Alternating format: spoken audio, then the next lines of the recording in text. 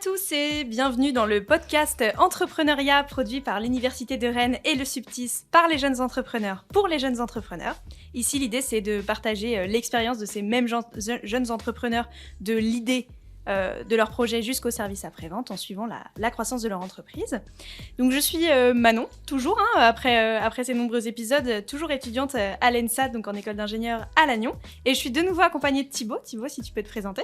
Je suis toujours Thibaut, je suis fraîchement diplômé de l'ENSAT en informatique et de l'IGR-IAE de Rennes en master management administration des entreprises. Je suis toujours président de Stéphano. Et aujourd'hui, on a le plaisir d'accueillir Madame Hélène Bonenfant. Bonjour Hélène. Oui, bonjour Manon. Si tu peux te présenter, Alors moi, je suis un peu plus âgée que vous, je crois. Donc je suis anciennement diplômée de l'université. Mais j'ai une particularité, c'est que je suis surtout enseignante à l'université de Rennes. Et en parallèle, mon activité principale, j'ai un cabinet de conseil en transformation digitale, accompagnement du changement, design des transitions et expérience client. Et c'est à ce titre aujourd'hui qu'on vient parler ensemble. Vous m'aviez convié pour parler d'études de marché. Absolument. Et ton entreprise, du coup, s'appelle CXO. CXO. Customer Experience Only. C'est un hasard que ce soit tombé comme ça, mais c'est bien tombé. Comme quoi, il y avait un truc d'inconscient. Alors, la semaine dernière, donc dans l'épisode précédent, on échangeait avec Yann autour des structures d'accompagnement qui peuvent aider les jeunes entrepreneurs à lancer leurs projets. Et cette semaine, on va s'attaquer donc à un nouveau sujet, beau sujet, vaste sujet, qui sont les études de marché. Qu'est-ce que c'est une étude de marché ? Une étude de marché, le but, ça va être de comprendre déjà dans quel marché on va situer, à qui on va vendre. Et une fois qu'on sait à qui on va vendre, ça va être d'essayer de comprendre tout un tas de notions sur les personnes qui vont acheter pour leur vendre correctement.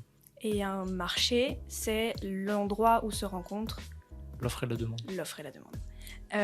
Il y a plusieurs types d'études de marché, j'imagine ? Je dirais pas qu'il y a plusieurs types d'études de marché, mais il y a plusieurs étapes pour arriver à une bonne étude de marché. Oh, il y a peut-être un peu différents types aussi quand même. Tu peux étudier ton marché avec des approches bien différentes. Oui. Comme par exemple ? On parlait d'études quali, quanti, mais on parlait aussi d'autres approches en mode guérilla ou des choses qui sont plus atypiques. Ça reste des études de marché, mais souvent c'est l'objectif et l'intention que tu as, ou le marché ou la maturité de la boîte qui peut définir comment c'est le plus facile. Des fois, il y a des études de marché qui sont déjà juste on défriche, et ça reste une étude de marché. Comment tu fais une étude de marché quand tu as un produit qui est sur des usages qui n'existent pas ? Okay. On peut se poser la question, quand on parle de produits digital natifs, peut-être pas aujourd'hui, quand on connaît un peu comment ça fonctionne, une app ou quelque chose comme ça, mais imaginez-vous, il y a 25-30 ans, où on n'avait pas de... Enfin, c'était des besoins qui étaient inexistants. Un Apple, il n'existait pas, donc vous pouvez pas comment on faisait une étude de marché là-dessus. Donc c'est pour ça qu'il y a plein de différents modes d'études de marché. Et faut surtout pas Enfin, moi, personnellement, c'est ce que je prône, faut surtout pas se figer dans l'hyper-quanti, l'ultra-quali, enfin, le truc trop... Ça empêche un peu de créativité, parce qu'il en faut, je pense, aussi un peu de culot. Toi, t'es entrepreneur, donc faut pas que ça affiche tout. C'est vrai que ça peut pas mal jouer. Thibaut, à l'instant, tu parlais d'étapes pour arriver à une bonne étude de marché. Selon toi, qu'est-ce que ce serait la première étape ? La première étape, c'est déjà d'essayer d'avoir, on en a dit dans l'idée, c'est d'avoir un problème à résoudre. Déjà, parce que si on n'a pas de problème, ça sert à rien de faire une étude de marché sur rien. Et une fois qu'on a ça, ça va être d'essayer de comprendre, de regarder un petit peu s'il y a des choses qui existent déjà, de regarder un petit peu la concurrence. Donc c'est plutôt une étude documentaire ? La première étape, essayer de vraiment comprendre un petit peu comment la physionomie du marché, et avant d'aller voir directement les clients, déjà de savoir de quoi on va parler. Donc cette première étape-là, elle se fait un peu seule avec soi-même, ou est-ce qu'on fait déjà rentrer l'utilisateur en ligne de compte ? Enfin, le futur client, on va dire.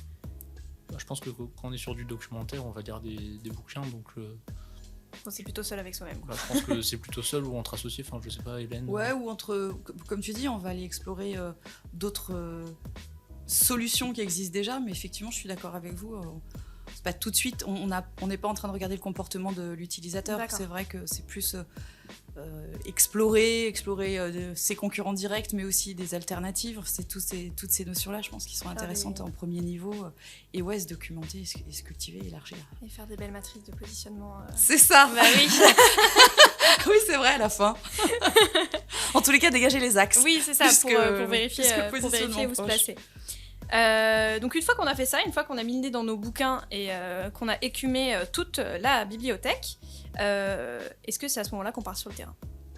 Bah, un moment, je pense que c'est ce qu'on répète depuis le début du podcast, c'est un moment où il faut se lancer, il faut aller voir ce que pensent les utilisateurs. Il y a plein de manières de le faire, rapidement, il faut quand même aller voir ce que cherche l'utilisateur. Déjà qu'on définisse c'est quoi notre utilisateur quand même. Ok, donc il y a des histoires de segmentation, de ciblage peut-être ? Moi, je reviens toujours à la même chose, ça dépend de l'état de maturité de ton marché. Il y a des segmentations qui sont faciles à faire parce que tu as déjà des clients, tu as identifié un besoin, tu les mets en relation tous les deux. Après, parce que tu as écouté le service client, les réclamations, enfin, tu as de la remontée de données.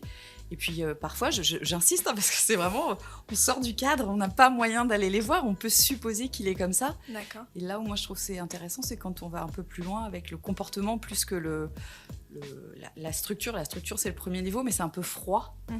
Et de rentrer dans le comportement, ça amène de la variation, de la subtilité. Et c'est peut-être là où l'entrepreneur, il peut faire la différence. Ok. Et tout à l'heure, dans les premiers mots que tu as pu dire, Hélène, tu parlais d'approche quali et d'approche quanti. Ah, qualitative et quantitative. Mais qu'est-ce que c'est ? Ah, qu'est-ce que c'est ? Dis donc, si t'es jeune étudiant, tu vas savoir ce que c'est assez vite. Quantitative, il y a de la volumétrie, on va brasser des données, on va échantillonner une population. D'accord. Par exemple, une étude quantitative, ça va être une étude sur les présidentielles et les intentions de vote. Ça, ce sont des études quantitatives. Donc, on a des échantillons statistiques, okay. On redresse, on interroge une petite partie de la population représentative. Et puis après, c'est quand même un métier vachement sérieux derrière. Moi, je ne me permettrais pas d'aller sur le terrain des statisticiens parce que c'est vraiment un job très, très, très pointu. Et puis, tu as l'étude quali, où l'étude quali, ça va être beaucoup plus sur des déclaratifs, sur des entretiens semi-directifs. Il y a aussi de la méthodologie derrière, hein, ça ne s'improvise pas. Mais souvent, on conseille aux entrepreneurs de faire un premier jet, déjà d'identifier sa cible a priori, qui répondrait qui a besoin de répondre au problème, et de le questionner. Et à partir de là, on arrive à avoir des points de science, des récurrences. Et puis aussi, on a vraiment les réseaux sociaux qui sont une manne d'informations qualitatives incroyables ou de dysfonctionnements à partir desquels construire. Enfin, il y a vraiment un gros territoire pour aller explorer les retours clients. Donc toi, Thibaut, c'est ce que tu as pu faire quand tu as commencé à réfléchir à Stéphane ? Bah, il y a dès le début, je crois on a commencé le projet en novembre 2021 ou 2020, je sais plus. Et on a commencé donc en novembre et à décembre, à la période de la semaine juste avant Noël, on a lancé une première étude quantitative. D'accord. Pour avoir des retours du terrain. C'était la première qu'on faisait, c'était pas forcément exceptionnel. Et ça fait comment du coup pour savoir qui était ta cible avant ça ? Eh ben, au vu du marché sur lequel on s'adressait, on parle quand même de vin, donc il y a une notion de gamme et de luxe quand même assez important. C'est pas forcément les étudiants, donc on avait déjà une petite idée de vers où on allait aller, plutôt vers des adultes d'un certain âge. Sauf qu'on avait à l'époque, en tout cas, j'avais pas de réseau à ce niveau-là, je connaissais personne. Et donc on s'est dit, ok, à l'ENSAT, on a une liste de diffusion avec 300-400 personnes dessus. Ok. Principalement des étudiants, mais ces étudiants, ils ont des parents, ils ont des oncles, ils ont mamie, ils ont papy. Donc on s'est dit, ça marche, hein. Beaucoup d'acheteurs potentiels. C'est ça, et on s'est dit, on arrive à Noël. Le français. Noël. Pardon. On arrive à Noël et les étudiants, ils n'ont pas beaucoup de vacances, mais à Noël, tout le monde prend des vacances à ce moment-là pour aller voir la famille, c'est festif, etc. Donc on s'est dit, c'est là qu'il faut qu'on lance notre étude. Donc le jeudi avant les vacances, on a lancé l'étude, on a envoyé à tout le monde. Donc il y avait les profs, il y avait l'administration, il y avait les étudiants en leur disant, vous allez retrouver vos familles, vous allez retrouver tonton, tata, etc. Montrez-leur le questionnaire et faites-leur répondre. Et comme ça, on a réussi à avoir 120 réponses pour une première. Et on a recommencé. Un an après. Et t'avais quoi comme type de questions au démarrage ? Au démarrage, on avait des questions, typiquement, est-ce que ça vous est déjà arrivé de perdre une bouteille de vin ? Donc c'était des questions qui étaient quand même, parce qu'on est sur du qualitatif, donc les questions sont très fermées, parce que c'est compliqué quand on a de la volumétrie d'interpréter les résultats quand c'est des questions très ouvertes, mais ça permet de faire un premier tri, et suite à ce premier tri, on s'est dit, ok, Finalement, les gens qui ont répondu globalement, ils correspondent aux gens qu'on voulait interroger. Coup de chance, peut-être. Et surtout, les réponses qu'on a eues correspondaient à ce qu'on voulait avoir comme réponse. T'as pas eu de surprise? En fait, on était surpris que ce qu'on pensait s'avère être la vérité. C'était ça la surprise. Juste la vérité, c'est ça que... Non, mais c'est pas la vérité. Parce que vous aviez vachement travaillé le projet avant. Enfin, vous aviez déjà exploré pas mal de choses. On en revient à ce que tu disais, Manon. En amont, vous êtes pas dit, tiens, on va aller... On essayait de se poser les bonnes questions avant. Oui, ça sortait pas nulle part. Quoi. Mais ça fait, quand on est sur un projet, qu'on a des hauts, des bas, etc., ça fait toujours super plaisir. Quand on fait une étude et qu'on arrive et on a les résultats, on se dit, c'est exactement ce que j'attendais comme résultat, je me suis pas planté. Et puis c'est ce que tu disais, Hélène, également, il y a de la méthodologie derrière, il y a du travail, ça sort pas de nulle part. Mais donc l'étude de laquelle tu parles, Thibaut, donc segmente tes clients, mais quid de la concurrence? Parce que quand on lance un projet, comme tu disais sur l'épisode sur l'idée, quelqu'un l'a forcément déjà eu cette idée, et donc il y a forcément quelqu'un quelque part qui fait soit la même chose, soit quelque chose qui y ressemble. Donc comment tu te places par rapport à ça? C'est pareil, c'est un peu du documentaire. On va aller regarder les journaux les journaux en ligne ou même les journaux en tapant les mots-clés de notre secteur d'activité. C'est ce qu'on a fait. On est tombé sur un article qui parlait de un peu des applications dans le secteur du vin. Et on s'est dit, il y avait un article qui présentait toutes les applications, qui listait les points positifs, les points négatifs de chaque application. Ça permet déjà de faire un gros tri. Après, on est rentré plus dans le truc en allant se renseigner sur différents sites. On peut citer société.com, Papers, etc., Diane, pour avoir des informations sur les entreprises, sur ce qu'ils font vraiment, sur leur chiffre d'affaires, ces choses-là. Si jamais sur cette étude-là des concurrents, on se rend compte qu'il y en a beaucoup, que le marché est un peu saturé ou quoi que ce soit, je pense que c'est pas forcément ton cas. Mais oui, aussi en rouge, effectivement. Est-ce que ça peut faire peur à l'entrepreneur? En voyant tant de concurrence et... Je sais pas, je pense que la réussite, on dit beaucoup qu'elle est dans l'exécution, parce que de passer de l'idée à rien, moi j'en ai eu des milliards d'idées, mais vraiment, vraiment, vraiment, j'en ai des géniales. Je serais milliardaire aujourd'hui. Ou alors t'es pas dans le temps du marché, t'as pas l'alliance de la techno qui va avec l'idée, ça grâce à mon âge, je peux te dire aussi que j'ai connu des copains et des copines qui ont lancé des trucs. Sérieusement, aujourd'hui, ils avaient l'idée du siècle, mais ils n'avaient pas la technologie pour le déployer. Ou des fois, le marché est juste pas prêt. Le marché n'est pas prêt, Le téléphone portable, le premier téléphone portable remonte au début du XXe siècle. C'est juste, les gens n'étaient pas prêts et ils trouvaient pas l'intérêt que ça avait, et ça a attendu la fin le début du 21e siècle pour que ça arrive. Mais du coup, c'est vrai que l'étude de marché, elle a ça d'intéressante, maintenant que tu fais cette remarque sur le téléphone du début du siècle dernier. Effectivement, on peut avoir la super bonne idée, la très très bonne innovation. L'étude de marché, elle peut aider à ne pas s'embarquer dans un truc... on parle souvent de la différence entre l'inventeur et le novateur. C'est pas tout. Tu peux inventer un truc génial, mais c'est la personne qui achète, ouais. Moi, c'est un peu le regret que j'ai, parce que Stéphano, c'est mon premier projet, j'en avais fait un quand j'étais en première terminale. J'avais pas toutes ces compétences, toutes ces notions d'études de marché, etc.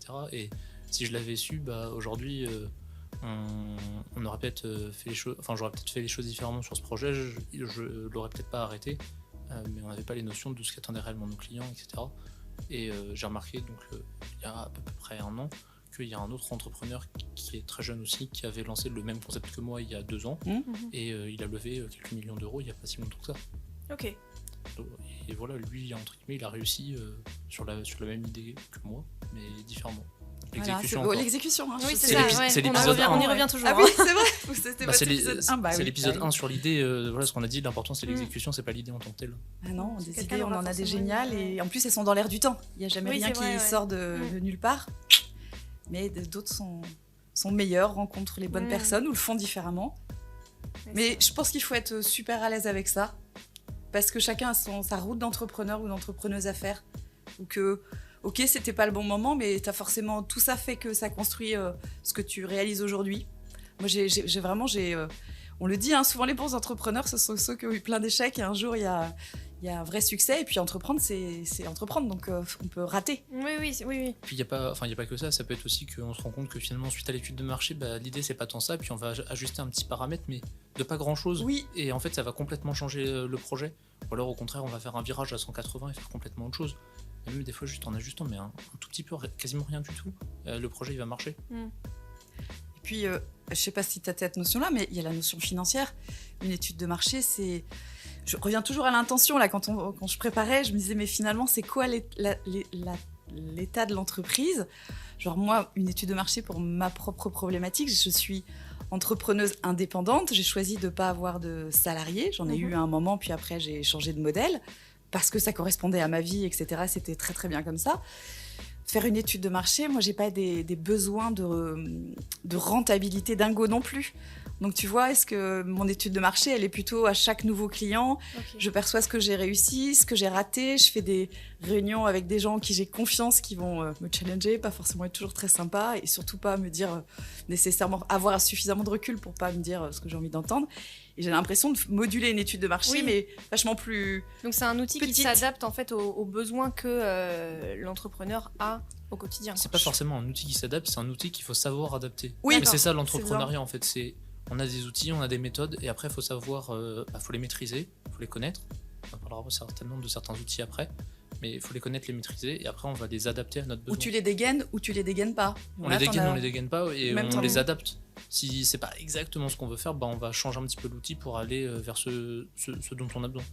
Et donc Thibaut, à l'instant, embrayage parfait, les outils qu'on peut utiliser pour faire une étude de marché, dis-nous en plus.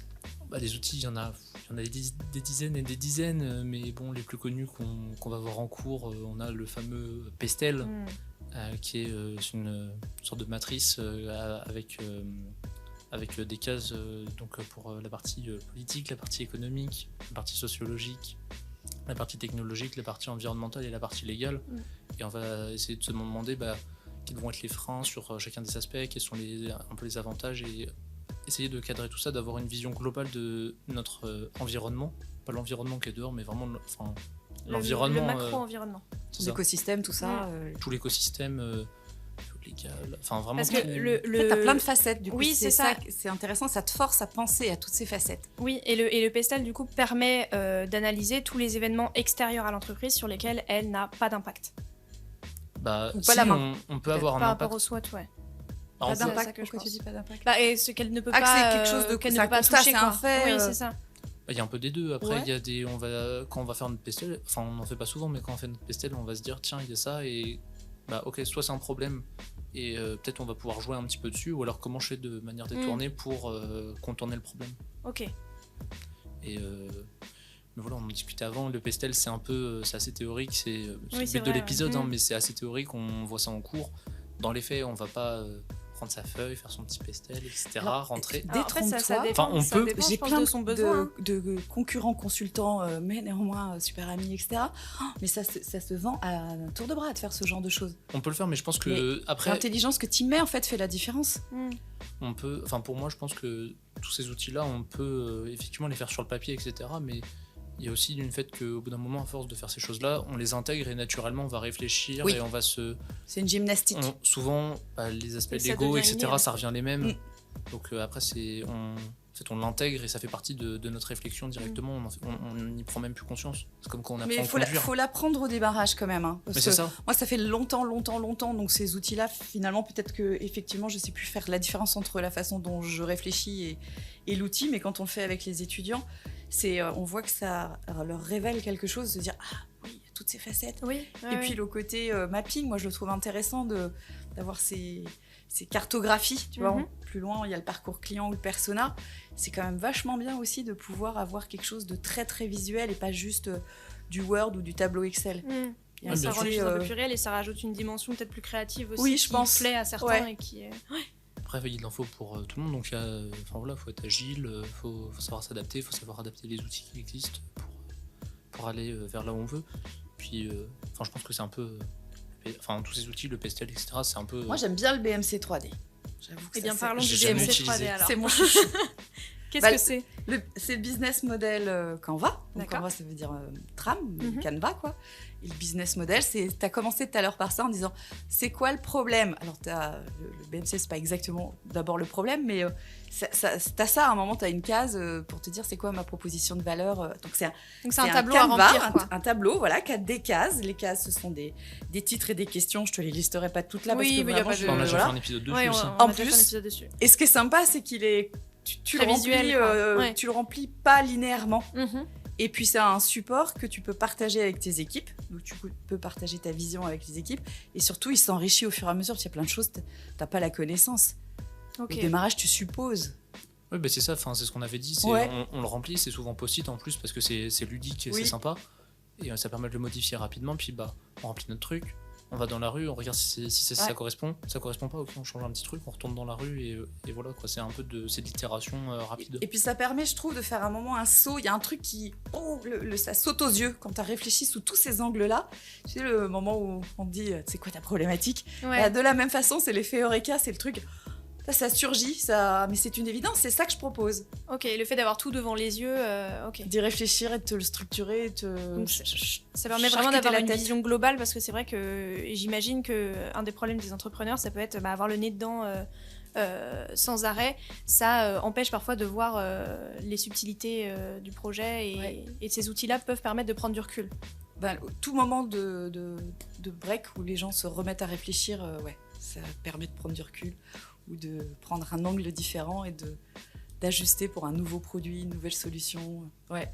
Et je reprends ce que tu disais il y a une minute ou deux.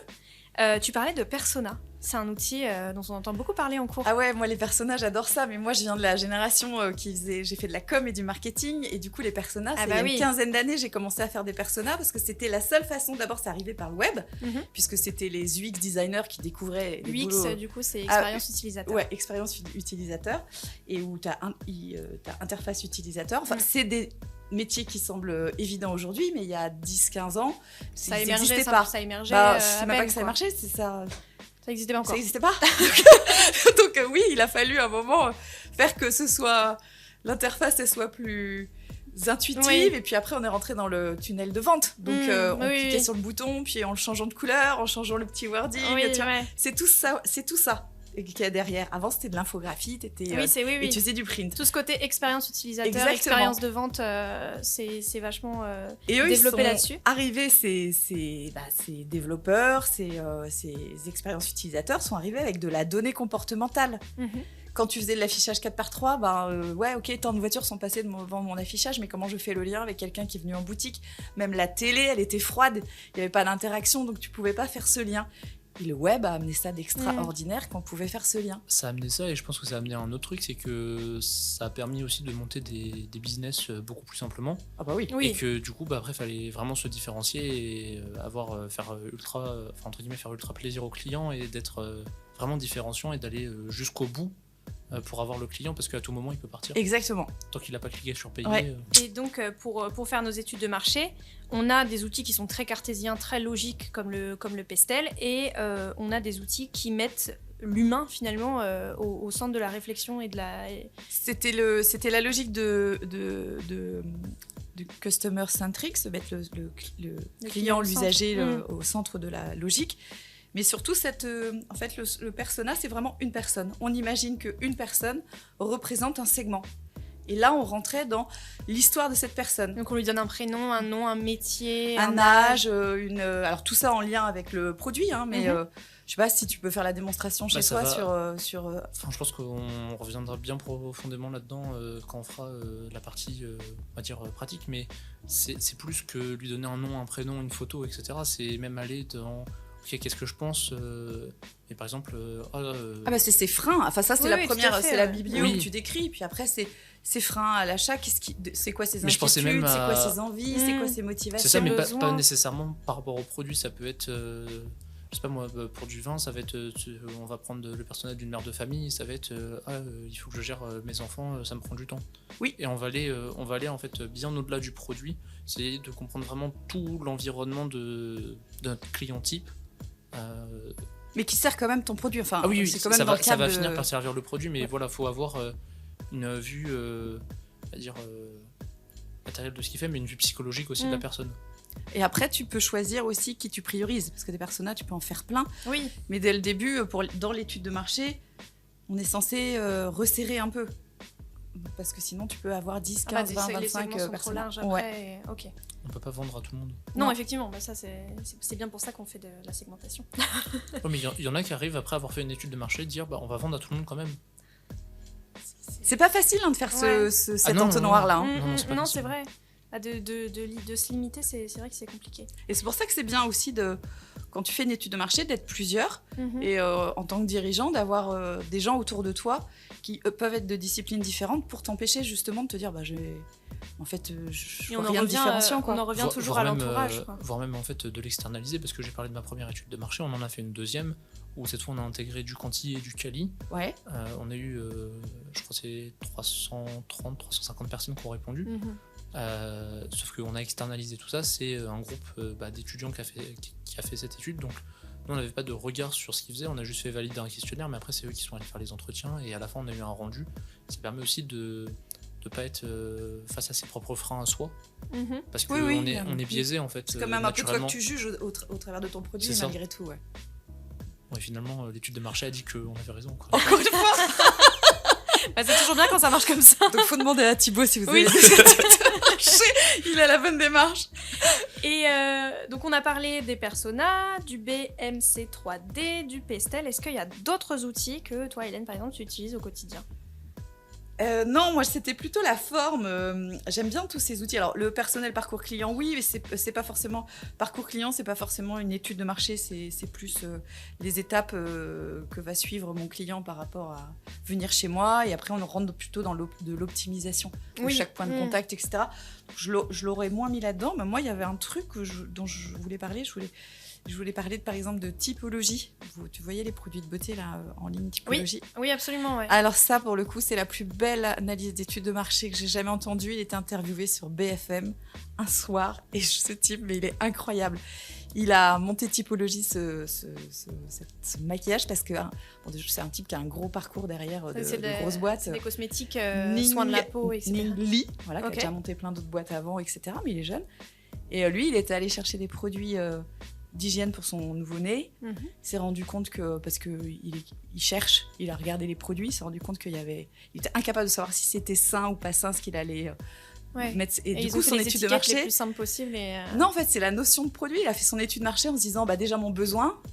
Et puis après, comme il avait les moyens, etc., mais il a creusé le truc. Et il a fait exactement ce que tu viens de décrire, de l'étude documentaire. Il était voir les produits concurrents.